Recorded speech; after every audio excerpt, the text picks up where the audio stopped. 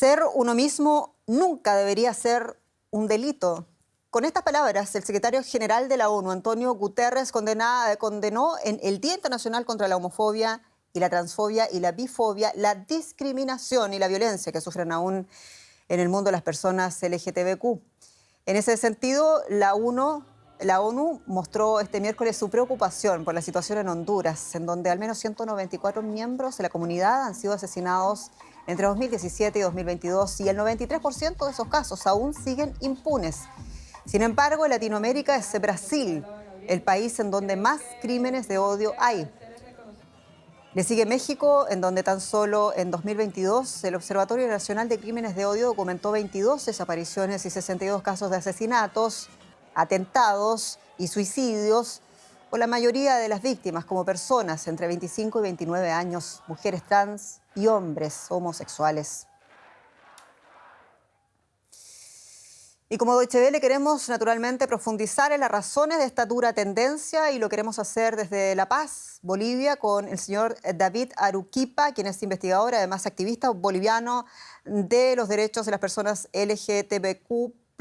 Y señor Aruquipa, les doy la bienvenida al programa y parto preguntándole también, en honor al tiempo, las cifras que acabamos de mencionar hablan de un marcado aumento de los crímenes de odio, de los asesinatos, decíamos, de la discriminación. ¿Qué está sucediendo? ¿Qué está fallando?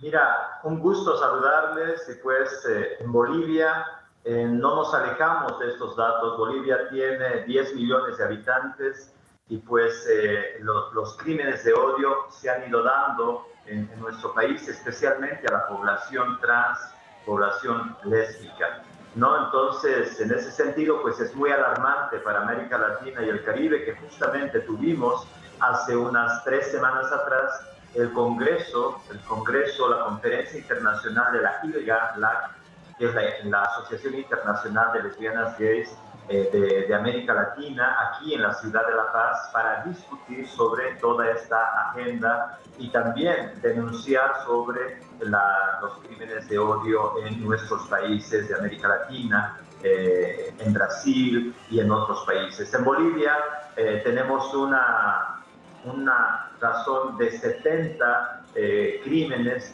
pero no hay una legislación específica que determine que es un asesinato por crimen de odio. Entonces, nuestro Código Penal tendría que asumir que los crímenes de odio por orientación sexual e identidad de género pues sean contabilizados como tal. Entonces todavía siguen pasando como crímenes en el número nominal de como cualquier otra población. Entonces, en ese sentido, creo que hay mucho trabajo que realizar aún. Nuestro país legalmente ha avanzado bastante con la Constitución Política del Estado, que en el artículo 14 prohíbe y sanciona toda forma de discriminación por orientación sexual e identidad de género.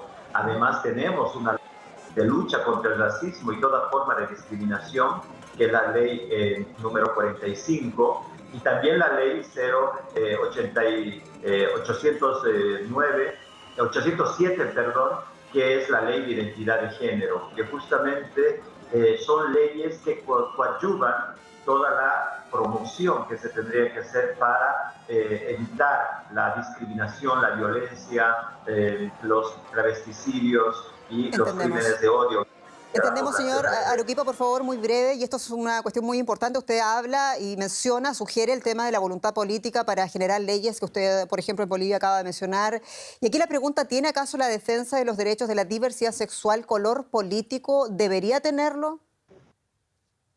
Pues no, los derechos humanos son derechos de todos y todas, ¿no? Entonces, creemos que en el asunto político de la diversidad sexual es un asunto político, es un tema de agenda de derechos humanos y obviamente tiene que ser respondido por todos los gobiernos, ¿no? Todos los gobiernos, y en este caso, en nuestro país, que se ha ido avanzando y denunciando también muchas de las situaciones, se ven los avances, pero también se ve, y eso en toda América Latina, el avance de los grupos conservadores, de los grupos antiderechos y que en estos grupos antiderechos están las iglesias católicas, evangélicas y también grupos de la derecha política de nuestros países de América Latina que aún están planteando el retroceso de los derechos humanos a la población LGBT.